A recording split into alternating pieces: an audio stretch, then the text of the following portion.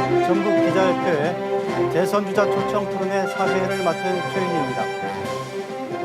정치개혁은 정치 집단이나 정치인 스스로 하지 못한다는 것을 우리 국민들은 두 눈으로 똑똑히 지켜보고 있습니다. 이제 민심은 분명히 변하고 있고 정권 교체든 정치개혁이든 유권자로부터 시작된다고 할 수 있습니다. 전라북도 기자협회는 오늘부터 5차례에 걸쳐서 대선 주자들을 초청해 지역의 현안과 해결책은 무엇인지 알아보고자 합니다. 이번 토론회는 대선 주자를 초청해서 단순히 정견을 듣는 그런 자리가 아닙니다. 전북에 대한 대선 주자들의 생각을 다그쳐 묻고 또 다짐을 받는 그런 자리가 될 것입니다. 앞서 말씀드린 대로 전북기자협회 주최로 이번 토론회가 마련됐는데요.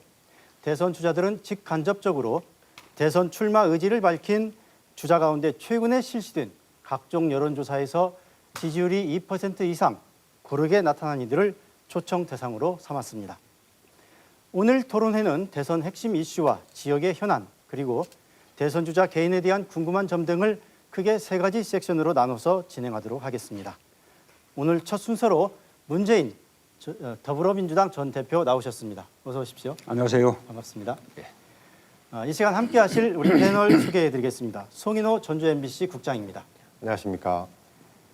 김준호 전북일보 편집국장 나오셨습니다. 네, 안녕하세요. 이병문 KBS 전주 KBS 보도국장 나오셨습니다. 안녕하십니까. 본격적인 토론에 들어가기에 앞서서 먼저 문재인 전 대표의 기조 발언을 듣도록 하겠습니다.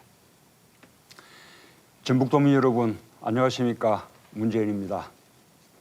지금 박근혜 대통령과 적폐 세력은 국정농단을 넘어 특권과 헌재까지 농단하고 있습니다. 분노한 국민들은 촛불을 더 높이 들고 계십니다. 어제 맹추위 속에서 전국에서 80만 넘는 촛불 시민들이 대통령의 즉각 탄핵과 특검 연장을 외쳤습니다.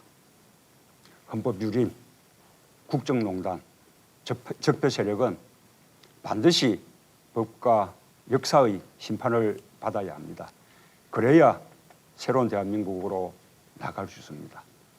지금 국민들은 주권자로서 역할을 다하고 계십니다. 이제야말로 정치가 제 역할을 다할 때입니다. 촛불혁명을 완성시키는 것이 정치가 해야 할 역할입니다.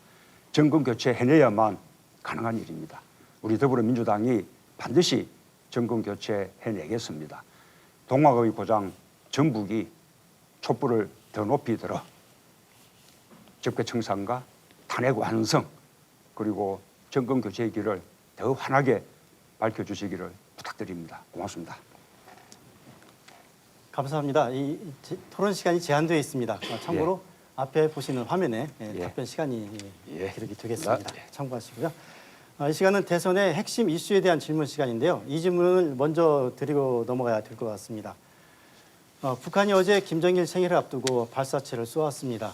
때가 때인 만큼 한반도를 둘러싼 긴장이 더 높아질 것으로 우려가 되고 있는데 이 점에 대해서 문 대표님 생각은 어떠십니까? 북한의 미사일 발사는 그 자체로서 국제사회에 대한 아주 중대한 도발입니다. 특히 트럼프 행정부 이후 첫 도발이고, 또 우리로서는 탄핵 정국이라는 이 불안 정세 속에서 일어난 도발이라는 점에 주목해야 할 것 같습니다. 여러 번 경고했음에도 불구하고 북한이 아주 이렇게 무모하고 어리석은 도발을 계속하는 데 대해서 강력하게 규탄합니다. 그리고 이런 도발이 계속된다면 북한이 국제사회에서 고립되는 것은 말할 것도 없고, 또 김정은 정권의 앞날까지 예측하기 어려워질 것이라는 점을 경고하고 싶습니다. 혹시라도 북한이 우리의 정세에 무슨 영향을 미치려는 그런 불순한 의도라도 가지고 있다면 우리 국민들이 결코 용납하지 않을 것이라는 점을 분명히 밝혀두고 싶습니다. 네. 거기에 관련해서 제가 한 말씀 여쭈자면요. 지금 이 같은 북한 도발에 대비해서 지금 우리 정부와 미국 간에는 사드 배치를 지금 추진을 해왔고, 그리고 최근에는 그 미 국방부 장관이 한국에 와서 연내에는 이 사드 배치를 완료하겠다 이렇게 공식적으로 발표한 바가 있습니다. 따라서 제가 궁금하고 도민들이 궁금하게 여기는 부분들은 문 전 대표의 입장은 그 사드 배치에 대해서 다소 입장이 좀 달라지셨거든요. 그래서 이 자리를 빌어서 확고한 그 사드 배치의 입장이 무엇인지 좀 견해를 좀 저는 밝혀주시기 바랍니다. 사드 배치가 필요한 절차를 만약에 생략한 가운데 졸속으로 이루어졌다고 생각합니다. 국내적으로 공론화하는 절차가 부족했고 또 대외적으로는 반대하고 있는 중국이나 러시아에 대한 외교적인 설득 노력 이런 과정이 부족했다고 생각합니다. 그래서 그런 절차를 제대로 좀 하면서 합리적인 결정을 할 수 있도록 다음 정부로 최종 결정을 미뤄달라라고 하는 것이 제가 요구하고 있는 입장입니다. 지금 한미동맹 그리고 또 주한미군의 배치는 우리 한국으로서도 안보에 꼭 필요한 일뿐만 아니라 미국의 세계 전략이나 동북아 전략으로도 필요한 일입니다. 양국 간에 함께 이익을 나누는 그런 일이기 때문에 저는 한미 간에 이렇게 충분히 협의를 열 수 있을 것이라고 믿습니다. 네, 다음 질문 저희가 준비한 질문들 드리겠습니다. 송인호 국장 질문해 주시죠. 네. 문 대표께서는 적폐청산을 화두로 삼고 계시죠. 켜켜이 쌓여있는 폐단을 없애겠다는 말씀이신데 그 최순실의 국정농단에서 볼 수 있듯이 현재의 제왕적 대통령제가 문제다라는 이야기도 있습니다. 그래서 헌법을 바꿔야 된다는 얘기가 있는데 문 대표의 생각은 좀 다른 것 같습니다. 아직은 개헌을 얘기할 때가 아니다라고 말씀하고 계신데 자 그렇다면 문 대표께서 생각하시는 지금의 시대 정신은 과연 무엇입니까? 말씀하신 대로 제왕적 대통령의 폐단을 없애는 것 이것이 하나의 시대 정신일 수 있습니다. 그것을 위해서 개헌이 필요하다고 생각합니다. 다만 개헌의 시기는 지금은 적기가 아니고 대선 주자, 대선 후보가 대선 때 공약하고 다음 정부 초반에 하는 것이 순리라고 생각합니다. 마침 적절한 시기가 있습니다. 2008년 6월에 지방선거가 있기 때문에 그때 개헌을 위한 국민투표를 함께 한다면 이 국민투표로 인한 별도의 예산 낭비나 국정 낭비를 막을 수 있을 것이라고 그렇게 생각합니다. 저는 개헌의 방향도 중앙권력구조 개편도 생각해 볼 수 있지만 그보다 더 중요한 것은 지방분권 개헌이라고 생각합니다. 중앙에 집중되어 있는 권한들을 과감하게 지방으로 이렇게 분산해서 제가 주장하고 있는 바와 같이 거의 연방제에 준하는 수준의 지방분권공화국을 이뤄낸다면 저는 제왕적 대통령제 폐단이 상당히 해소될 것이라고 생각합니다. 그에 대해서 책임 총리제 그리고 또 장관 책임제를 더 강화하는 것도 마찬가지로 제왕적 대통령제의 폐단을 줄인 것이고 정부와 국회, 법원 간의 이런 상권 분립을 더 강화하는 것도 역시 한 방법이라고 생각합니다. 네, 다음 이병문. 금방 방금 언급하신 대로 그 지방 분권 문제도 일부 이제 거론을 하셨기는 했습니다만은 결국은 이 제왕적 대통령제라는 것은 중앙과 이 권력을 조금 나누자는 거거든요. 나눠서 국정을 좀 효율적으로 운영하자는 그런 취지고요.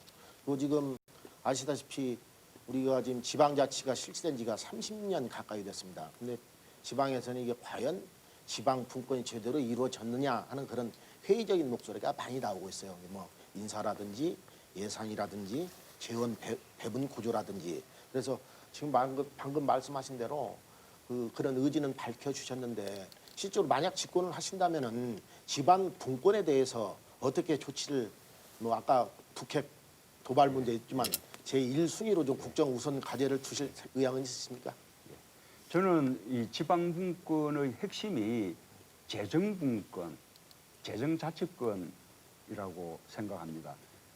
지금 그러나 현행 헌법상으로는 한계가 있기 때문에 저는 재정분권을 위해서 개헌이 필요하다고 생각하고 그래서 아까 말씀하신 그 개헌 과제 속에 지방분권을 위한 개헌 꼭 들어가야 한다고 생각합니다.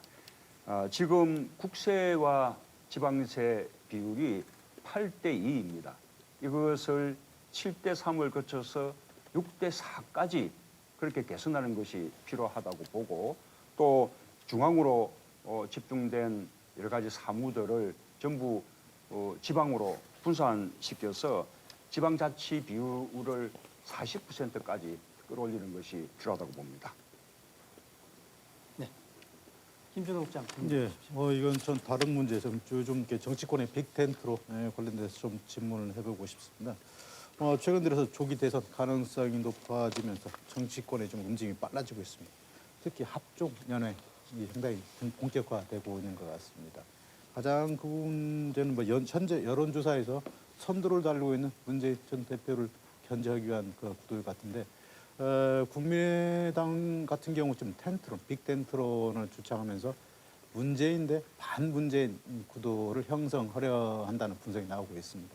근데 좀 계속적으로 이 연대론은 계속 더 확산될 것 같은데 이 빅 텐트론에 대해서 문 전 대표께서는 어떻게 좀 생각하고 입장이 어떠신지? 저는 제가 지금 뭐 지지율 1위를 달리고 있고 또 대세라는 말까지 듣고 있는데 이것은 저 문재인의 대세라기보다 정권 교체를 바라는 국민들의 어떤 염원, 그것이 저는 대세라고 생각합니다. 그 염원들이 저를 지지율 1위로 만들어주고 있다고 생각하고요. 그래서 문재인 대 반문재인의 구도가 된다면 이 반문재인은 저는 정권 연장 연대라고 그렇게 생각합니다. 저는 국민들이 정권 교체를 선택해 줄 것이라고 그렇게 확신하고요. 하나만 더 말씀드리면 지금 우리 당 대선 주자들의 지지도 합계가 50%를 훌쩍 넘어섰습니다. 그래서 이제 우리 당 후보들만 제대로 힘을 모아내도 저는 정권 교체 충분히 가능하다고 생각합니다. 그러나 정권 교체 가능성을 더 높여 나가기 위해서 정권 교체를 바라는 모든 야권 세력들과는 저는 언제든지 함께 힘을 모아내는 것이 필요하다 생각하고 또 그렇게 될 수 있도록 노력하겠습니다. 네, 감사합니다. 다음 섹션은 이제 전북 현안에 대한 질문들을 좀 이어갈까 합니다. 특히 그 가운데에서 이 전북의 홀대와 관련된 그러한 질문들을 좀 드려볼까 하는데요. 이번에 전북 기자협회가 이렇게 대선 주자들을 초청하는 핵심적인 그 취지도 여기에 있지 않을까 이렇게 생각을 합니다. 이 점에 대해서 문 전 대표님의 생각을 좀 확실히 좀 말씀을 해주시면 감사하겠습니다. 이병문 국장부터 먼저 질문을 해주시죠. 예, 좀 다소 우리 문 전 대표께서 들으시면 거북한 질문이 될 수도 있겠습니다만은 이런 자리를 빌어서 명확하게 우리 문 전 대표의 입장을 밝혀주는 게 오히려 선거 전략에도 큰 도움이 되지 않나 그렇게 저는 생각을 합니다. 다름이 아니고 문 전 대표께서는 이미 뭐 참여정부에서 소위 말하는 실세로 참여를 하셨고, 근데 아이러니하게도 이 전라북도에서는 문 전 대표가 전북 차별의 이를테면 당사자로 이렇게 지목이 되고 있어요. 그래서 그게 이제 다소 억울하실 수는 있겠지만은 이게 전북 그 발전 전략 과정에서 전북을 차별했다는 그런 인식들이 지금도 여전히 남아 있거든요. 그래서 그 반증이 뭐냐면은 지난번 4.13 총선 때도 여기 민주당 의석을 국민의당에다 상당히 내줬지 않습니까? 그래서 지금 현재도 약간 그 전보다는 민주당에 대한 지지도가 나아졌다고는 봐요. 그런데 여전히 반감은 지금 많아요. 그래서 여기에 대한 그 명확한 입장을 이 자리를 빌어서 말씀해 주시기 바랍니다. 왜 그런 이야기가 나오는지 계속 저는 이게 참여정부 때 전북을 차별했다고 생각하지 않습니다. 오히려 참여정부는 전북을 그리고 호남을 어느 정부보다 더 사랑하고 배려한 그런 정부였다고 믿습니다. 아시다시피 국가균형발전정책, 우리 참여정부가 처음으로 국정철학으로 또 가장 중요한 국정과제로 삼았지 않습니까? 인사홀대 이야기도 나오는데 역대 정부 가운데 전체 장차관 가운데 호남 출신 비율이 가장 높았던 정부가 바로 참여정부입니다. 저는 우리 전북에서 참여정부나 또 저에 대해서 섭섭하게 여기는 부분이 있다면 이런 홀대 때문이 아니라 정말 압도적인 지지로 참여정부를 만들어 줬는데 참여정부가 제대로 기대에 부응하지 못했다. 그리고 또 우리 당이나 제가 또 정권 교체 희망을 드리지 못했다.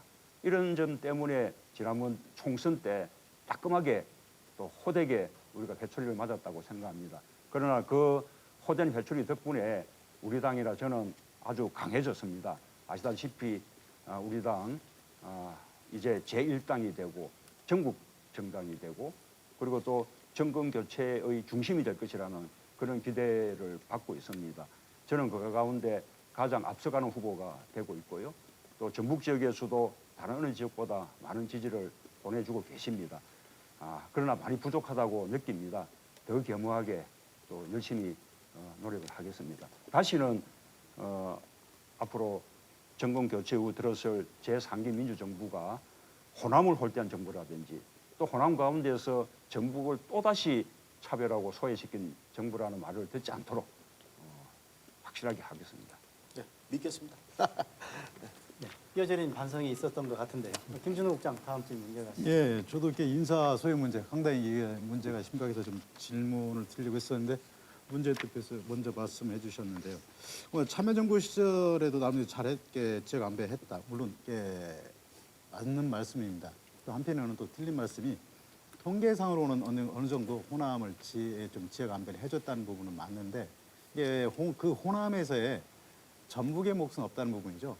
전체 지역가 영남권, PK, TK 그리고 수도권, 충청권, 그다음 호남권으로 이렇게 지역 안배가 참여정부에서 남들이 이루어졌는데 그러나 그 호남 몫에서 전북의 몫은 없다는 부분이죠. 그래서 역차별 문제가 나왔고 나름대로 때 노무현 전 대통령께서 그래도 90% 이상의 높은 지지를 보였음에도 불구하고 이렇게 좀 제대로 대우받지 못했다, 지원받지 못했다 그런 부분들이 역차별 논란이 나오면서 상당히 도민들의 불만이 커졌던 것입니다. 그래서 좀 이번에는 만약에 문 전 대표께서 대통령이 되신다면 이 문제 지역 호남으로 묶지 마시고 전북에 있는 것들을 한번 좀 획기적으로 전북 인사를 대우대하는 그 획기적인 개선 방안을 좀 마련해 줬으면 좋겠는데 생각이 좀 구상이 갖고 계시는지 모르겠습니다. 예, 잘 알겠습니다. 사실은 저는 참여정부 때도 우리 그때 당시에 열린우리당 여당을 우리 이 정동영 의장 또 정세균 대표 이런 분들이 당을 이끄셨습니다. 그리고 장관만 하더라도 방금 말씀드린 정동영 장관 또 정세균 장관 또 정세현 장관 국회의장도 김은기 국회의장 이렇게 그 시기에 저는 호남이 전북이 또 별도로 또 차별받았다고 생각하지는 않습니다. 그러나 말씀하신 대로 같은 호남 내에서 전북과 전남 광주를 구별하지 않고 전체를 하나의 묶음으로 호남이라는 그 틀 속에서 생각해 왔던 것은 사실입니다. 그러나 말씀하신 대로 같은 호남 내에서도 또 광주 전남의 사정과 전북의 사정이 다르다는 것을 잘 알고 있습니다. 그래서 앞으로는 전남과 광주 전북을 함께 묶어서 호남이라는 이름으로 그렇게 판단하지 않고 호남을 별도의 권력으로 우리 경제 면에 있어서도 그렇고 인사탕평의 면에 있어서도 그렇고 그렇게 별도의 권력으로 이렇게 생각하고 판단해 나가겠습니다. 도민들 불만은 그런 것 같아요. 이 박근혜 정부 시작될 무렵에 어느 정권이든 다 마찬가지지만 인사 탕평책을 그 어느 정권보다 강조를 했거든요. 박근혜 정부 같은 경우는 경선 때 와서 눈물바람을 할 정도로 도민들의 이 서름을 씻어주겠다. 근데 막상 지금 와 보면은 거의 무장관 시대, 소위 정부 위원회 같은 경우도 우리 전북 인사는 2% 남짓 이런 정도 되니까 도민들의 울분이라는 게 더 큰 것 같습니다. 그렇습니다. 그 이명박 박근혜 정부는 아예 탕평이라는 개념 자체가 없었습니다. 그리고 5+2 경제권 할 때 영남은 이렇게 대구 경북과 부산 경남 두 개 권력으로 나누었는데 호남은 광주 전남북을 함께 하나의 권력으로 이렇게 묶었기 때문에 전북을 별도의 권력으로 이렇게 조금 다루지 않은 그런 부분들이 더 강해졌다고 생각합니다. 장차관 몇 명 더 해준다고 해서 전북 발전이 막 급상승하겠습니까? 근데 이게 도민들의 자존심이거든요. 네? 그 점 좀 해주셨으면 네, 좋겠습니다. 김정욱 예, 추가. 그 참여정부 시절 좀 보충 질의만 좀 드리겠는데 참여정부 시절 물론 이렇게 문 전 대표께서 대통령 비서실장도 거치셨는데 이게 간단한 자료를 보면 2005년 말 그때 한참 참여정부가 3년째 접어들 때였던 것 같은데 당시 청와대 수석 전북 인사 전북 출신이 단 한 명도 없었습니다 이게. 당시 부산, 뭐 서울, 대구, 충청 등 골고루 수석들의 지역지가 출신 지역이 배분이 됐었는데 전북은 단 한 명도 없었던 시절이 있었습니다. 그 당시에요. 그래서 왜냐하면 그 당시에 청와대에서 이런 지적을 인사소외 문제를 지적하면은 아니 김원기 국회의장도 계시고 정동영 통일부 장관 방금 말씀하신 대로 정세균 열린우리당 의장도 계시는데 이렇게 많은 혜택을 받는데 무슨 또 더 이렇게 인사소외를 받았다고 이렇게 불만을 제기하느냐 그런 식으로 하면서 넘어갔던 부분이 있거든요. 그런데 중요한 정책을 이렇게 다룬 데에서는 청와대에서는 수석들이 사실 수석회에서 국정 현안, 중요한 현안들 다룰 때는 수석회에서 어떤 이야기들이 많이 나오느냐 그때 좀 중요한데 그래서 그 당시에는 열린우리당 참여정부인데 탄생하는데 전부 많은 지원을 했고 힘을 보탰는데 나름대로 좀 어느 정도 뭐 보상 심리가 뭐 그런 건 아니더라도 좀 이렇게 지역의 중요한 결정 사항이 있을 때 전북의 목소리를 좀 이렇게 담아낼 수 있는 그런 것들이 필요했었거든요. 근데 전북에는 그것이 나름대로 이것을 대변을 있는 공간들이 전혀 없었다는. 사실은 참여정부에 대해서 가장 많은 지지를 보내주었던 곳이 전북이었습니다. 예. 그 당시 민주당에서부터 열린우리당이 분단된 상황 속에서 광주 전남만 해도 뭐 국회의원 의석이 오히려 뭐 민주당이 더 많기도 하고 뭐 그런 상황이었는데 전라북도에서는 저는 다 열린우리당 국회의원들을 선출을 해주셨습니다. 그리고 실제로 또 그때 열린우리당을 우리 전북에서 아까 정동영, 정세균 이런 분들이 이끌고 계시기도 하셨고 그래서 전북에 대한 애정이 사실은 각별했었는데 방금 말씀하신 대로 광주 전남과 전북을 따로 구분하지 않고 통으로 이렇게 생각하면서 상대적으로 전북이 서운할 수 있었겠다라는 생각은 좀 듭니다. 그 점은 저희가 한번 다시 더 이게 반성을 한다는 말씀을 드리고요. 그러나 실제로 나중에 공기업 공공기관들 이렇게 이전시켜서 혁신도시 사업부담각하고 할 때 사실 노무현 대통령은 전북을 최우선으로 그렇게 배려했다는 말씀을 다시 한번 드립니다. 네, 앞으로 문 대표께서도 그렇게 해주시기를 바랍니다. 이런 질문들을 그 지역 이기주의 발로라고 생각하지 마시기를 당부를 드립니다. 네, 송인호 국장. 네. 저는 두 가지를 질문을 하고 싶습니다. 그 앞서 두 패널께서 얘기하셨는데 혹시 이게 너무 전북이 볼멘 소리를 하고 있다라고 생각할 수 있을 것 같은데 그런데 그동안에 이제 정권들의 행태를 보면요. 박정희 정권 때는 여력도 없고 자본이 없으니까 선택과 집중을 해서 그 과일을 나눠 먹자라는 목표로 해서 경부축, 영남축으로 해서 모든 경제가 집중이 됐었죠. 자, 그래서 지금은 이제 과식을 따먹을 때가 되니까 정부의 논리가 살짝 바뀝니다. 효율성을 강조하는 거죠. 그 효율성을 강조하다 보면은 전북처럼 사람도 없고 경제도 규모가 작은 사람들은 계속 소외될 수밖에 없는 것입니다. 그래서 전북 도민들이 속은 것이 아니냐는 생각에 이건 볼멘 소리가 아니라 비명 소리로 이해를 하셔도 될 것 같습니다. 아픈 사람이 비명을 지르지 않으면 옆에 사람은 모릅니다. 자, 문 대표께서는 이런 전북의 소외론에 대해서 어떻게 평가하고 어떻게 생각하고 계신지 그게 궁금합니다. 우선은 근본적으로 박정희 대통령 시절에 말씀하신 대로 국가 불균형 성장 전략을 취했습니다. 우선 수도권 중심의 성장, 그리고 또 경부축 중심의 성장. 그것이 저는 짧은 기간 동안의 고도 성장에 도움되는 면은 있었다고 생각합니다. 그러나 그런 세월이 지속되다 보니 성장의 혜택을 본 지역이 있는 반면에 상대적으로 성장에서 소외되고 홀대된 지역이 있었습니다. 그 점에 대해서 처음으로 반성한 정부가 저는 참여정부였다고 생각합니다. 그래서 참여정부는 국가균형 발전, 지방분권을 가장 중요한 국정목표로 삼았습니다. 왜 그렇게 할 수 있었냐 하면 사실 서울에서는 지방이 보이지 않습니다. 지방 출신들 해도 서울에서 살다 보면 지역을 잊어버립니다. 그러나 노무현 대통령과 저는 지역 사람입니다. 지역에서 살았기 때문에 이대로 가다가는 지역은 다 망한다. 이런 절실한 인식을 가지고 있었습니다. 그래서 국정의 가장 중요한 과제를 이제는 균형 성장 전략으로 전환시키는 것이다. 이렇게 생각해서 국가 균형 발전을 가장 중요한 국정 목표로 삼았던 것입니다.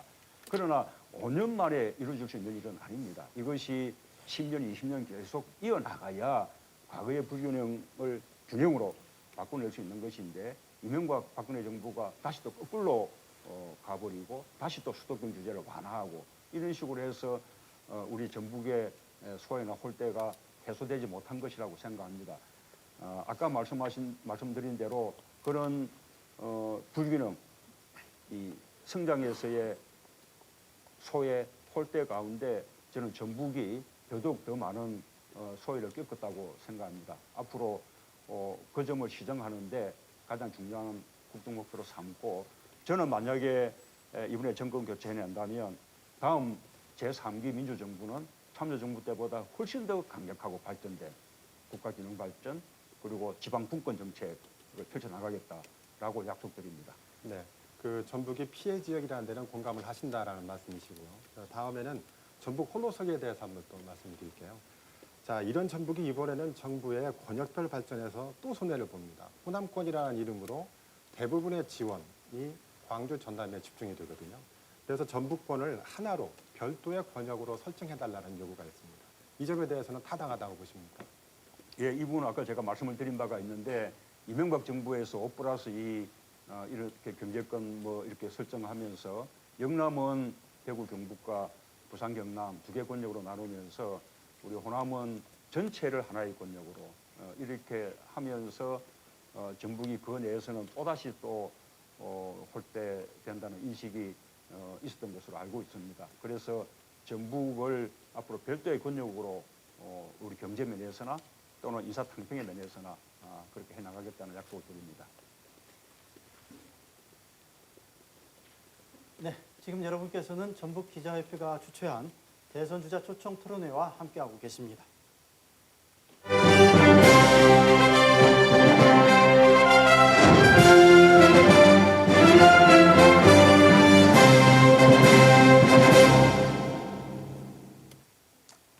네, 다음은 전북 도정 현안에 대한 질문을 이어가겠습니다. 먼저 김준호 국장께서 해주시죠.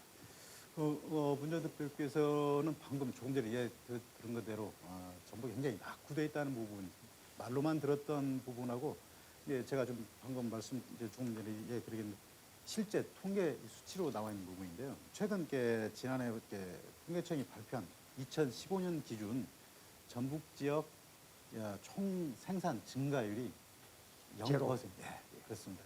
알고 계시는데 상당히 제자리 걸음했다는 것인데 당시에 전국 평균 증가율이 2.8%. 그리고 전국 17개 시도 가운데 성장률이 제대로 멈춰서는 데는 전북이 유일했습니다.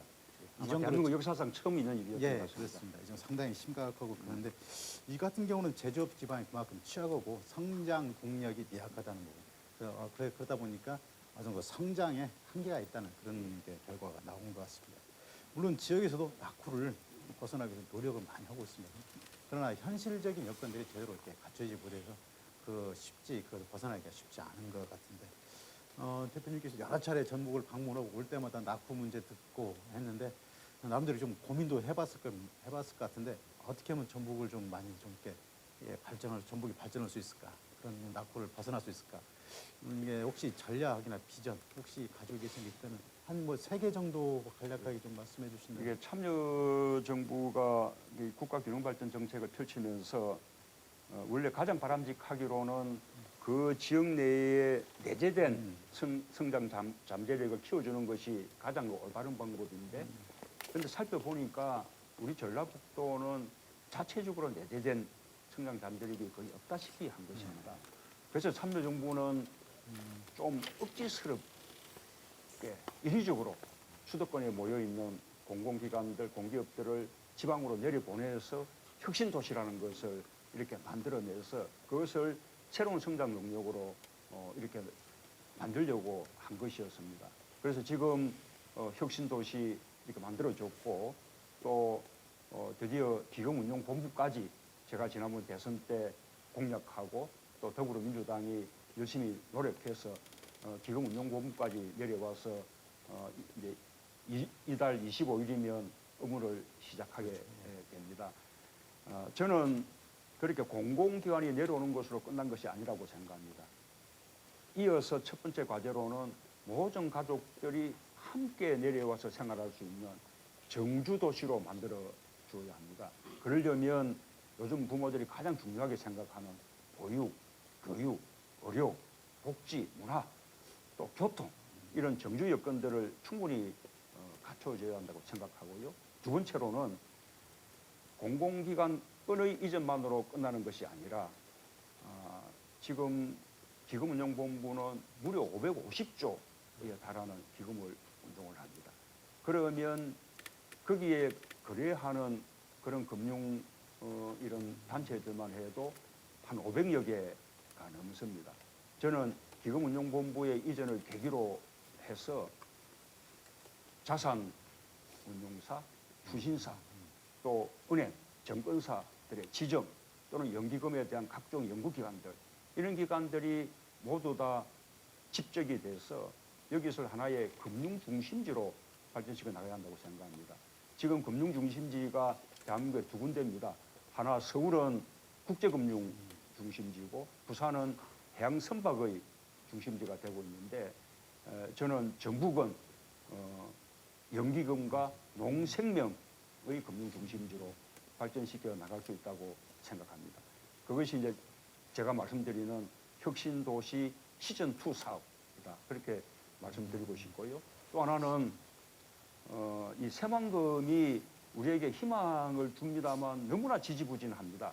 그래서 이 부분에 좀 투자를 집중해서 적어도 다음 정부 기간 동안에는 매립이 완료가 되고 그다음에 그것이 우리 실제로 가동이 되면서 우리 전북의 성장 동력으로 그렇게 발동되도록 하는 것이 중요하다고 생각합니다.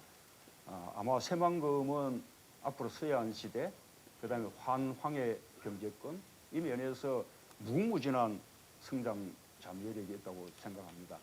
예를 들면 과거 재래식의 뭐 중화공단 이런 차원이 아니라 4차 산업혁명의 기지, 무인 자율 자동차의 어떤 기반으로 만들 수 있고 또는 드론 같은 무인 항공기의 또 시험 비행장이 되면서 생산 기지로 발전시킬 수 있다고 생각합니다. 또 하나가 많은 농업 관련 공공기관이 내려왔는데 그것을 계기로 우리 전북을 농생명 산업의 수도로 발전시켜내는 것입니다. 하나 더 말씀드리면 전북이 오랫동안 역점을 두어온 것이 또 탄소 산업입니다. 우리가 탄소 산업 육성법 우리 작년에 우리 더불어민주당이 주도해서 입법을 해냈습니다. 이제 법적 근거를 갖췄기 때문에 우리 전북을 탄소 산업의 중추 지역으로 그렇게 발전시켜 나가겠습니다. 네, 시간이 많이 초과되고 있습니다. 가급적 질문은 20초 안에 해주시고 답변도 1분 안에 해주셔서 감사하겠습니다. 다음 질문 이병문 국장님. 3대 비전 가운데 이제 새만금도 일부 언급을 하셨기 때문에 조금 보충 질문 드린다면 이것 같아요. 새만금 사업이 지금 30년 가까이 됐거든요. 그래서 지금 방주제 말고는 딱히 이루어진 사업이 없어요. 뭐 일부 산단 있기는 해도 경기 침체 보니까 민간 투자자도 적고 그래서 여하튼 이명박 정부가 4대강 사업을 한 것이라든지 YS 정부 때 가거대교에 수조원 투자해서 한 것처럼 여하튼 새로 집권을 하시면은 이 가시적인 성과를 이루기 위해서는 좀 집중 투자가 좀 필요한 것 같아요. 그 점에 대해서는 한 말씀 해주시죠. 그렇습니다. 아마 이명박 정부가 4대강 사업에 22조를 쏟아부었듯이 새만금에 집중 투자를 했으면 저는 아마 새만금 이미 매립도 끝났을 것이라고 생각합니다. 그런 식으로 새만금을 이제 너무 오래 그렇기 때문에 이제 조금 그 예산을 좀 집중해서 단기간에 개발이 완료되도록 그런 노력을 기울여야 한다고 생각합니다. 지금 대부분의 그 매립이 민간 매립으로 그렇게 되고 있어서 지지부진합니다. 저는 이것을 가능한 한 또 공공 매립으로 그렇게 이제 전환해야 된다고 생각하고요. 또 한편으로는 그런 뭐 매립 공사 같은 경우에 지역 건설 업체들이 보다 많이 참여할 수 있도록 그렇게 또 제도화한다면 그것이 주는 지역 내 인간 효과도 최대화 할 수 있을 것이라고 생각합니다. 지금 새만금 이 국제공항 이 5차 공항 장기 계획에 이미 포함이 됐고 지금 예비 타당성 조사가 되고 있습니다. 그 부분도 정상적으로 잘 추진되도록 그렇게 이제 뒷받침하겠습니다. 뿐만 아니라 지금 2023년도 세계 잼버리 대회 지금 이제 유치를 위해서 우리 전라북도가 열심히 노력을 하고 있는데 지금 중앙정부 차원의 지원이 전혀 없습니다. 그래서 정권 교체가 되고 나면 중앙정부에서도 집중적으로 노력해서 잼버리 대회가 유치될 수 있도록 그렇게 지원하겠습니다. 만약 그것이 되면 새만금의 미래 비전에 대해서 세계에 알리는 데도 도움이 되고 또 새만금에 대한 관광 어떤 사업들을 촉진하는 효과도 있고 저는 또 국제공항의 건설을 촉진하는 그런 효과까지도 아울러서 거둘 수 있을 것이라고 생각합니다. 아울러서 새만금에 대해서 또 지금 추가 질문 하나 드리겠습니다. 새만금 사업은 그야말로 국책 사업이죠. 국가가 힘있게 추진해야 되는데 이 새만금 사업을 추진하고 있는 새만금개발청이 국토산업 산하의 청단입니다. 그렇게 보니까 힘이 없어서 오히려 예전에 국무총리실 산하의 산업단이 더 낫다라는 얘기도 있습니다. 만약에 문 대표께서 대통령으로 되신다면은 청와대에서 그 새만금 사업을 대통령 직속으로 바꿀 생각은 있으신지 예를 들면 구체적인 예를 들면은 새만금 수석을 만든다든가 뭐 구체적인 방법이 있겠죠. 이 점에 대해서는 어떻게 생각하십니까? 이게 새만금은 과거에 우리가 행정수도 세종시를 행정수도로 조성하려 하다가 헌법재판소의 위헌 결정 때문에 행정수도로는 가지 못하고 행정중심도시로 그렇게 건설했습니다만 그 행정중심도시를 추진했던 여러 가지 이 제도적인 장치들이 있습니다. 저는 그런 모델을 그대로 이렇게 채택을 하면 이 새만금 건설에 대해서 중앙정부의 지원을 보다 확대하고 또 효율적으로 이렇게 나갈 수 있을 거라고 생각합니다. 청와대 내에 기구를 두지 않던 제가 만약에 대통령이 된다면 제가 직접 챙겨 나가겠습니다. 네, 감사합니다. 김준호 국장 추가 질문 주세요. 그래서 아까 조금 전에 말씀하신 그 새만금 사업에서 매립 사업을 민간이 아니라 공공 매립으로 전환하겠다는 부분 말씀하셨는데 그 공공 매립이라는 게 농지 기금을 활용했다는 뜻인지 현재 지금 방법은 공기업의 매립 사업 참여 방안 하나하고 또 하나는 농어 쪽에 관련한 농지 기금을 활용해서 매립 사업이 투입한 방안이 있거든요. 어떤 방안을 좀 공공은 뭐 이렇게 정부나 공공기관 또는 공기업이 주도해서 매립을 하는 것이죠. 그리고 위에 조성은 이제 민간이 담당하는 것이고요. 지금은 매립부터 조성 뭐 다 인간에 맡겨져 있으니까 우선은 매립 자체에 지금 제대로 진도가 나가지 않고 있는 것이거든요. 그래서 매립은 좀 공공 부분에서 제대로 해주고 그 이후에 민간이 이렇게 각종 사업을 할 수 있도록 하는 것이 합리적이라고 생각합니다. 그럼 공기업 매립 사업 참여를 이야기하는 것입니까? 그렇습니다. 이렇게 매립을 공공이 주체가 되거나 공공이 적극 참여하거나 이렇게 하는 것이죠. 예, 알겠습니다. 송현호 국장 다음 질문 하시죠. 네, 그 현대중공업 이야기를 한번 해보도록 하죠. 현대중공업 군산조선소가 가동이 중단이 됐습니다. 그래서 지역 경제가 사실상 초토화 위기인데요. 벌써 안타깝게도 목숨을 끊는 안타까운 일도 일어나고 있습니다. 그러면서도 현대중공업은 큰 이익을 내기도 하고 있습니다. 다음 주에는 도민 권리 대회도 예정이 되어 있는데요. 자, 대기업의 사회적 책임으로나 정부의 균형 발전 차원으로나 군산조선소의 가동 필요하다는 생각이 있는데 문 대표께서는 어떤 생각하시고 계십니까?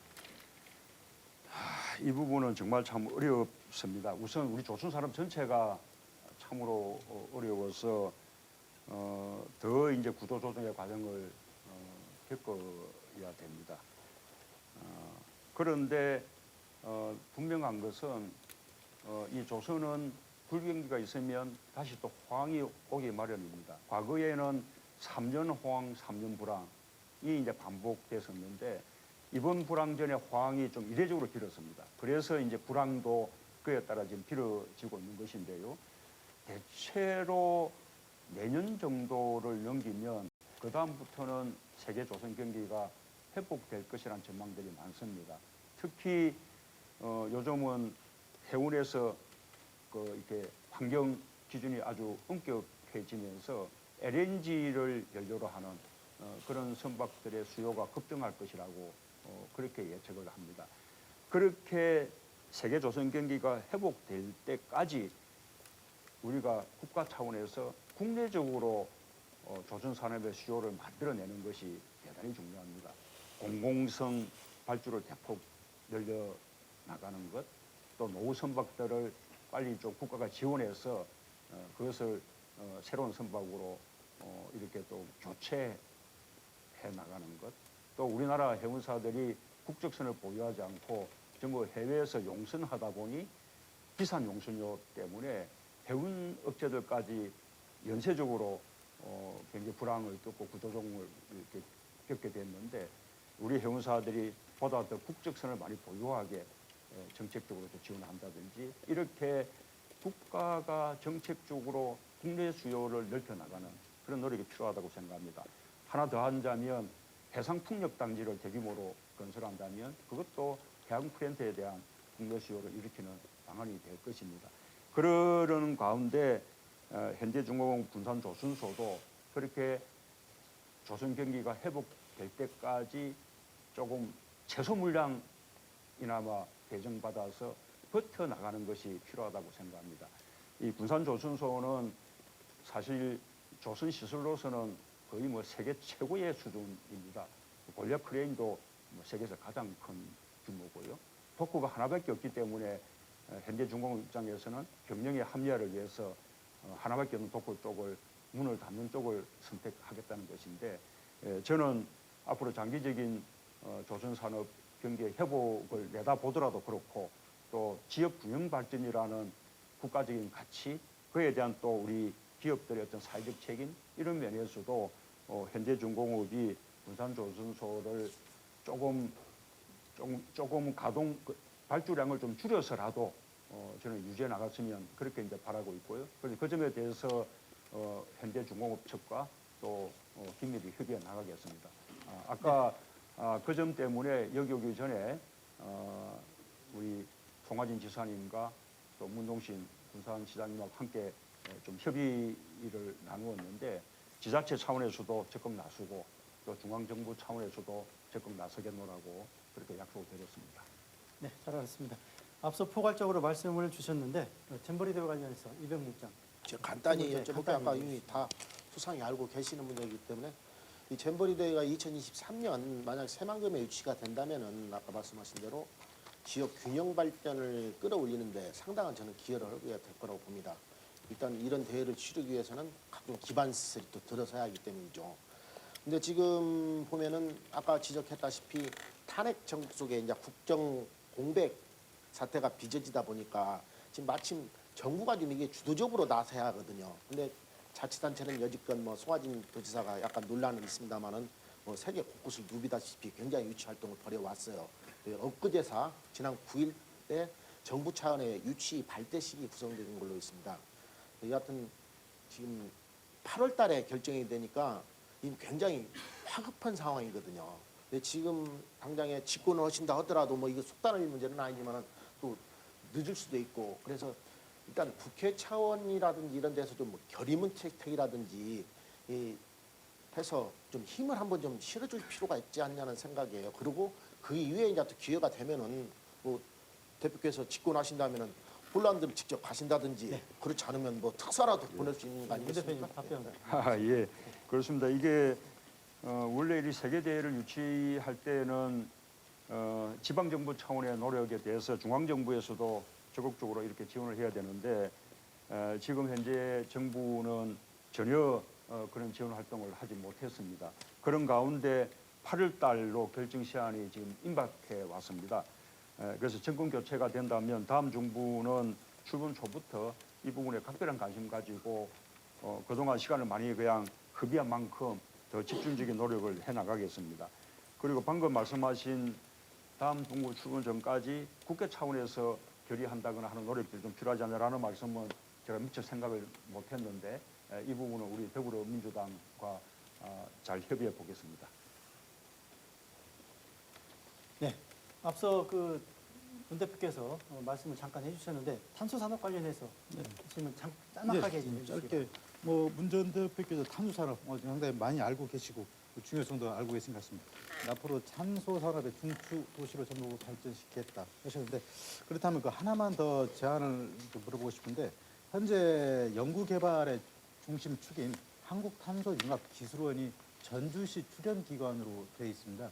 이게 상당히 연구 노하우나 인력들이 상당히 수준이 높은데 이 기관을 정부 출연 기관으로 승격시킬 의향은 없으신지 앞으로 대통령이 되신다면 현재 자치단체 출연 기관인데 예, 우선은 이 탄소 산업 육성법이 제정이 됐기 때문에 이제 법 제도적인 뒷받침은 이렇게 이제 만들어졌다고 생각합니다. 이제는 국가의 의지 문제입니다. 그래서 지금까지 탄소 산업 클러스터 조성 이 사업이 당초 계획보다 굉장히 많이 축소가 됐는데 이 부분은 앞으로 세계 탄소 시장이 급속도로 지금 성장하고 있는데 한국의 세계 시장 점유율이 굉장히 미비합니다. 말하자면 이 세계 어떤 선진국들보다 많이 뒤처진 상황이기 때문에 우리가 탄소 산업의 세계 경쟁력을 확보하는 차원에서라도 탄소 산업 조성 사업을 좀 당초 취지에 가깝게 더 이렇게 확대시켜 나가도록 하겠습니다. 또 한편으로 탄소 섬유 국가 산업단지 조성 이것이 지난번 예비 타당성 조사에서 말하자면 이제 인정되지 못했는데 다행히 그 예비 타당성 조사를 지금 새롭게 지금 신청을 해두고 있는 그런 상태입니다. 그래서 이것을 제대로 이렇게 잘 되게 해서 탄소 밸리 조성이 되도록 하겠고 또 방금 연구기관들도 그래서 국책 연구기관으로 그렇게 투자하거나 전환하는 것까지도 적극적으로 검토하겠습니다. 네. 송인호 국장 금융화보 관련해서 지금 네. 앞전에 전북 발전 비전 제시 항목에서 전북을 기금운용본부를 이용한 금융허브로 만들겠다는 포부를 말씀하셨는데요. 국민연금공단 기금운용본부가 들어와서 기대는 됩니다만은 사실 걱정되는 부분도 있습니다. 기금운용본부라는 큰 물고기를 갖다 놨다고 해서 이게 보통 다 성공으로 이어지는 건 아니거든요. 생태계 조성이 필요한데 이 생태계 조성이라는 것도 서로 기금운용본부와 은행, 증권사들이 서로 필요한 게 있어서 서로 나누는 게 있어서 성장을 하게 될 텐데 이런 생태계 조성 어떻게 해나갈 생각이십니까? 사실은 이 기금운용본부가 운용하는 기금의 규모가 막대합니다. 지금 현재 550조 세계 3대 기금에 해당하는데요. 빠른 속도로 늘어나갑니다. 2020년 좀 되면 800조, 그 다음에 2040년 되면 무려 2,500조가 넘는 규모로 이렇게 이제 늘어나게 됩니다. 그래서 저는 기금운용본부가 내려온 것 자체만으로도 우리 전북 경제에 큰 도움이 될 거라고 생각합니다. 그러나 거기에 멈춰서는 안 되고 이것을 계기로 우리 전북을 하나의 제3의 대한민국 금융 중심 지역으로 그렇게 발전시켜 나갈 필요가 있다고 생각하는 겁니다. 그렇게 하려고 그러면 연기금과 관련된 연간 연구기관들도 이쪽으로 함께 모으고 그 다음에 또 아까 말씀드린 대로 이 투자운용사라든지 또 투자금융사라든지 자산운용사 또 각종 은행 증권사들의 지점들 이런 연관된 기관들을 하나로 모아내는 그런 노력들을 기금운용본부 차원에서도 하고 또 정부에서도 적극적으로 뒷받침해야 한다고 생각합니다. 지금 나주 혁신도시의 경우에는 한전이 내려가고 간 이후에 한전과 관련이 있는 에너지 관련 기업들이 지금 무려 170개 정도 이렇게 걸로 모였습니다. 2020년까지 무려 500개의 에너지 관련 기업들을 그쪽으로 집중시키겠다는 계획입니다. 그 계획을 중앙정부의 지원 없이 오로지 함정과 전라남도 지방정부 차원의 노력만으로 해낸 성과입니다. 중앙정부가 적극적으로 나선다면 훨씬 더 속력 있게 또 효율적으로 해낼 수 있을 것이라고 생각합니다. 네, 시간이 많이 초과되고 있습니다. 가급적 질문을 짧게 해주시기 바랍니다. 다음에 저 세 번째 섹션으로 전북 현안에 대한 문제를 질문을 이어가도록 하겠습니다. 이병무 국장님 질문해 주시죠. 시간이 적어서 자꾸 질문을 짧게 하라고 하니까 간단히 말씀드릴게요. 어제는 KTX 타고 오늘은 오셨는데 가끔 오시면은 전북에서 민박 같은 시설을 이용하신다고 들었어요. 호텔보다는. 설령 호텔을 만약 이용하신다 하더라도 아니 문 대표께서는 호텔 잡기가 쉽지 않았을 겁니다. 왜냐하면 호텔이 많지 않아요. 대형 호텔이. 기관 안으로 지금 한옥마을 같은 경우도 연간 한 6, 700만 명 정도 앞으로 더 올 겁니다. 그런데 불구하고 이런 시설들이 없으니까 그냥 스쳐 지나가는 관광지가 되고. 근데 아까 말씀하신 대로 앞으로 미래 우리가 먹고 살려면은 4차 산업혁명을 육성해야지만 또 이 관광이 상당한 먹거리 아닙니까? 특히 전북같이 뭐 다른 게 없는 데는 이 관광 육성을 많이 시켜야 하거든요. 근데 뭐 비근한 예로 가끔 오시다 보시면 전주역 한번 보셨어요? 사람 많이 오면 앉을 자리가 없어요. 옹세극이 짝이 없어요. 그럴 정도로 이 인프라는 거의 제로입니다. 제로. 물론 정부가 나서서 뭐 역사 지어주고 호텔 지어줄 수 있는 문제는 아니라고 봅니다. 그런데 국가 전체의 관광 경쟁력을 위해서라도 어떤 세제 지원이라든지 육성책은 반드시 집권하면 마련돼야지 않냐 그런 생각입니다. 거기에 대해서 말씀해 주시죠. 사실 저도 뭐 전북에 오면 특히 전주에서는 한옥마을에 묵고 하는데 정말 참 좋습니다. 이게 하나 말씀드리고 싶은 것은 우리 전주를 전통문화 중심도시로 지정하고 또 한옥마을에 대해서도 체계적으로 이렇게 지원한 것이 또 참여정부였다라는 말씀도 좀 드리고 싶고요. 우리 전북은 관광 어떤 산업을 발전할 만한 그런 여건들이 참으로 좋습니다. 우리 이제 자연적으로는 지리산과 조주산 그런 산과 또 아주 아름다운 서해안을 가지고 있고 또 문화적으로도 전주를 중심으로 한 전통 문화 그래서 이 자연과 문화의 결합 이런 것이 이 관광 산업의 이렇게 밑바탕이 될 수 있다고 생각합니다.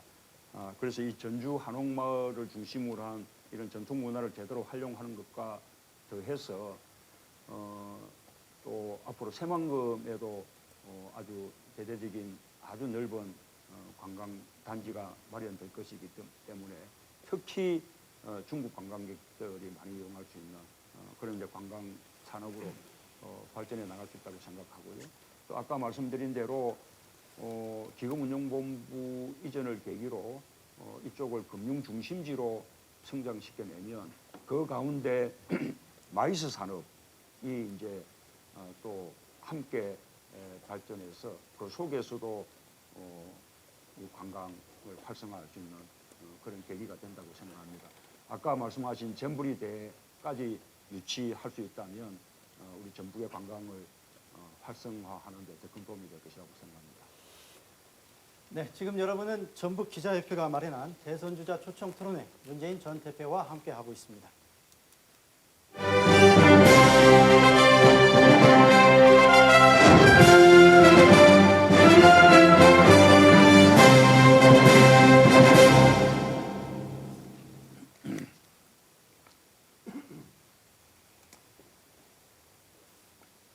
네, 이번에는 대선 주자 개인에 대한 질문을 이어가겠습니다. 먼저 문재인 대세론에 대해서 한마디 여쭙겠습니다. 현재 지지율이 29% 정도로 1위를 달리고 있습니다.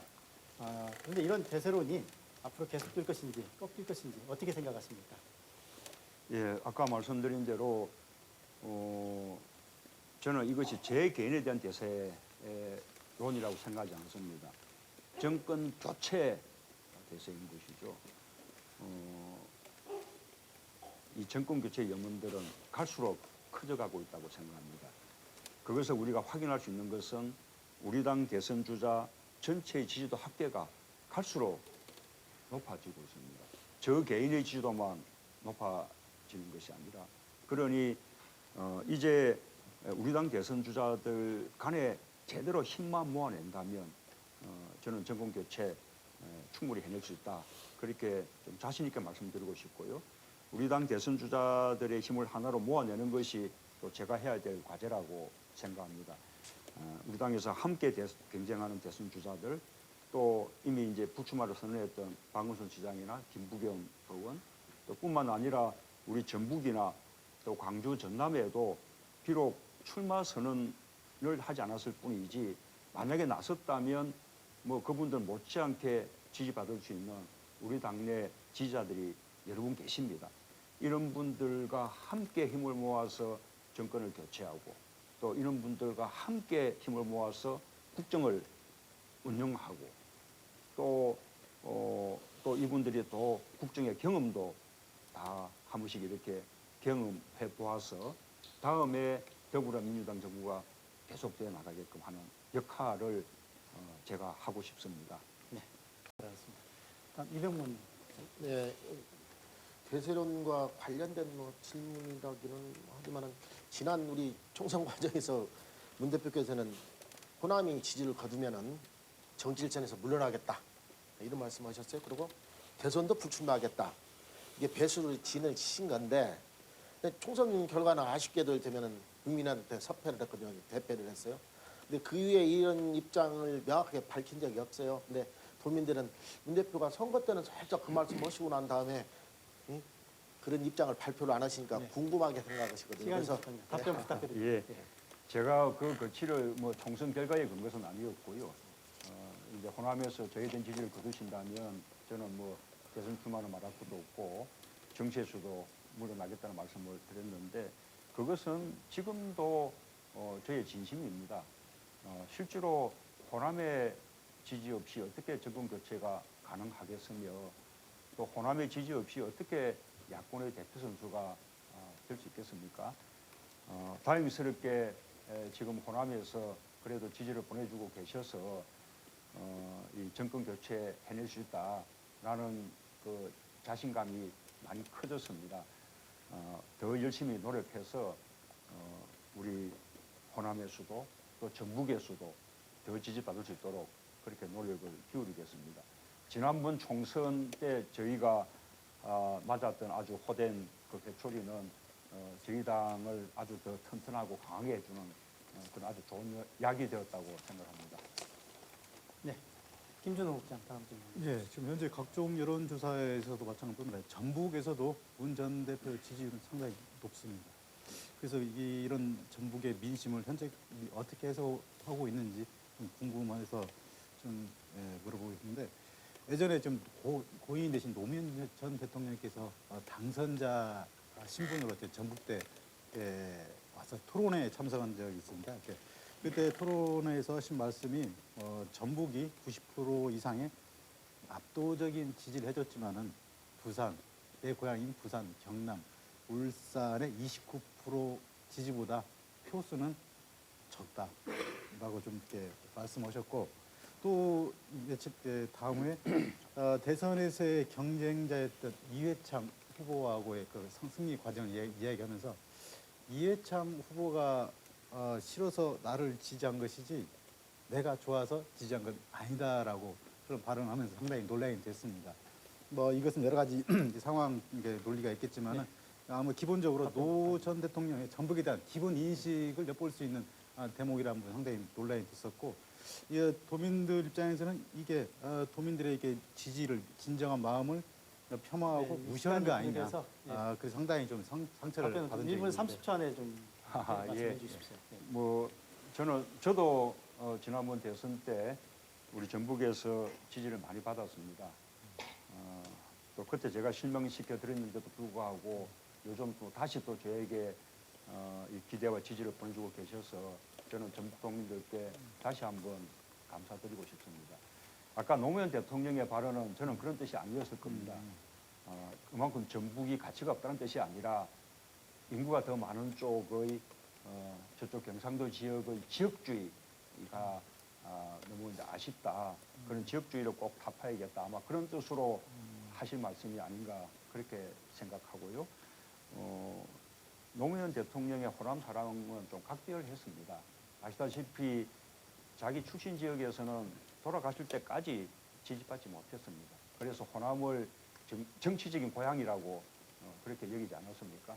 특히 정부는 그 시기에 전폭적으로 참여정부를 출범시켜주고 또 참여정부를 지지해 주셨기 때문에 전북에 대한 고마움은 더더욱 각별했습니다. 여기서 국장 20초 안에 질문 네. 해주십시오. 네.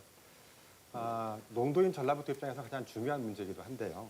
자, 그 농촌과 농업에 대한 문제입니다. 바로 심지어 농촌은 소멸론까지 나오고 있거든요. 다 농민들이 다 나이가 들어서 앞으로 몇십 년 후면 농촌이 없어질 것이라는 얘기가 있는데 자, 대통령 후보자로서의 문대표께서 가지고 계신 농촌과 농업의 가치관은 무엇입니까? 이게 또 정말 가장 어려운 문제고 가장 답답한 문제 가운데 하나입니다. 그렇게 농촌 농업은 어려운데 그러나 우리 식량 자급률은 불과 24%밖에 지나지 않습니다. 지금은 우리가 부족한 식량을 해외에서 수입해 올 수 있기 때문에 유지가 가능합니다. 그러나 요즘 같은 그 이상기후 이런 현상이 계속된다면 저는 조만간에 식량 수출국들이 더 이상 식량을 수출할 수 없는 상황이 저는 도래하리라고 생각합니다. 그러면 그때는 정말 우리는 식량 주권을 잃어버리는 그런 결과가 될 수 있고 식량이 무기화될 수도 있다고 생각합니다. 그렇게 생각한다면 어렵더라도 우리 농업을 지켜나가는 것이 필요하고 그렇다면 농민들은 정말 우리의 기간 산업을 지켜나가는 거의 뭐 공직자 같은 그런 분들이다라고 생각합니다. 우리 농촌, 농민을 살릴 수 있도록 더 정책적인 노력을 기울이겠습니다. 가장 어려운 문제가 이렇게 쌀인데 이게 우리 소비량보다 생산량이 더 많습니다. 게다가 의무 수입 물량까지 있으니까 이게 도대체 이제 감당이 되지 않습니다.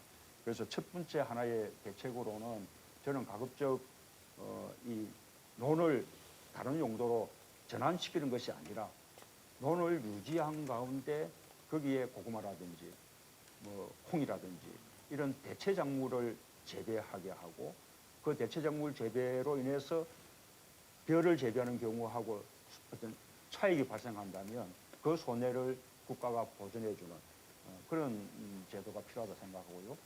보다 궁극적으로는 이런 문제를 생각하더라도 역시 남북 관계가 풀리는 것이 근원적인 해법이라고 생각합니다.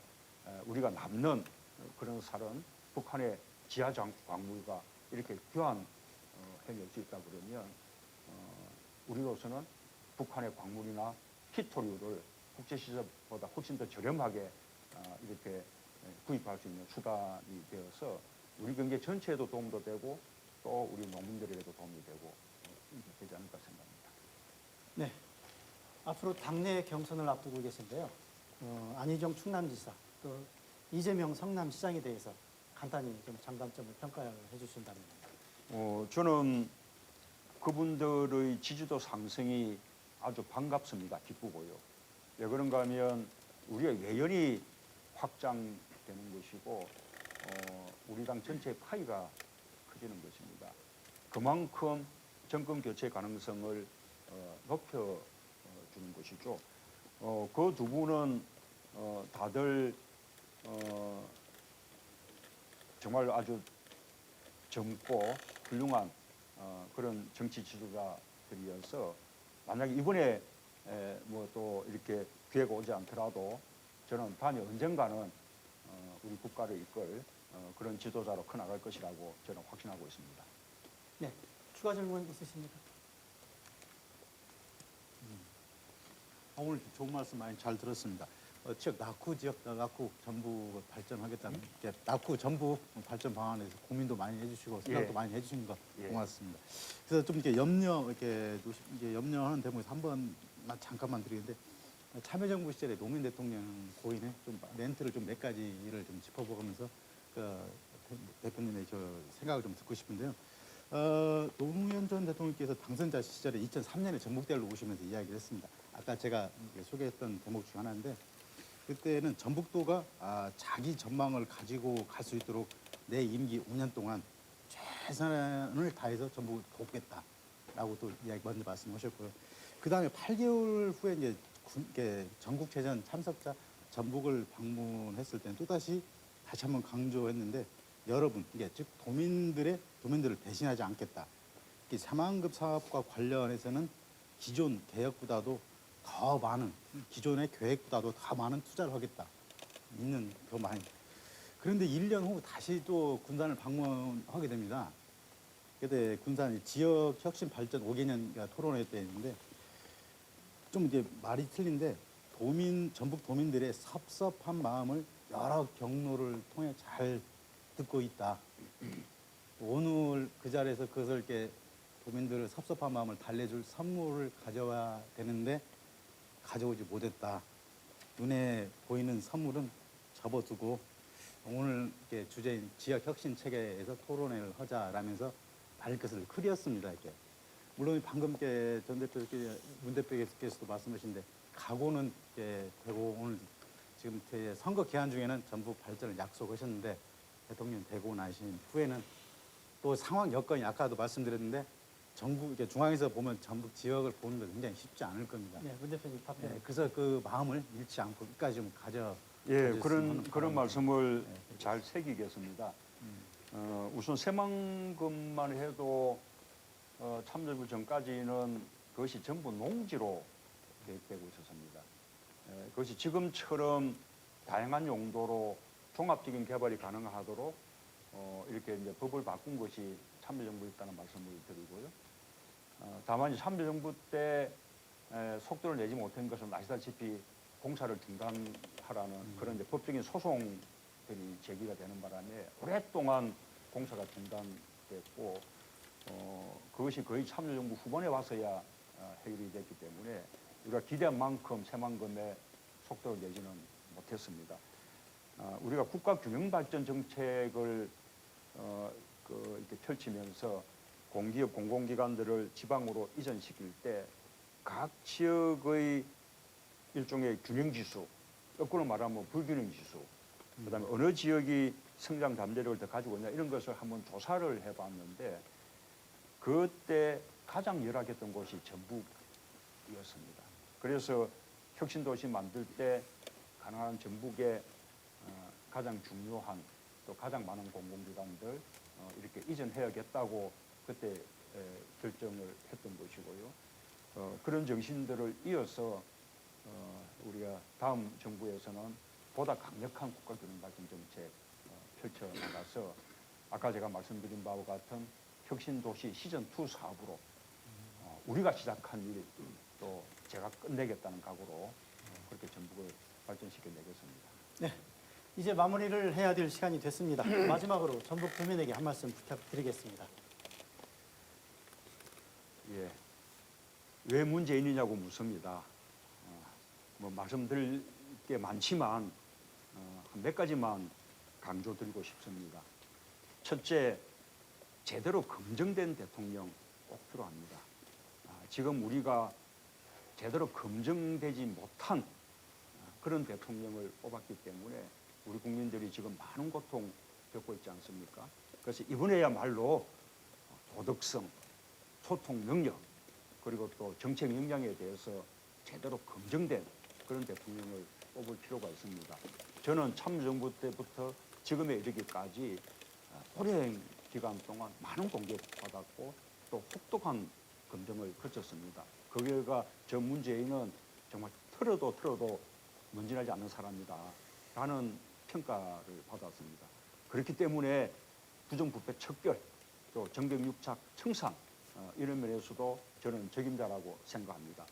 두 번째로는 이번에야말로 정말 좀 잘 준비된 대통령이 꼭 필요합니다.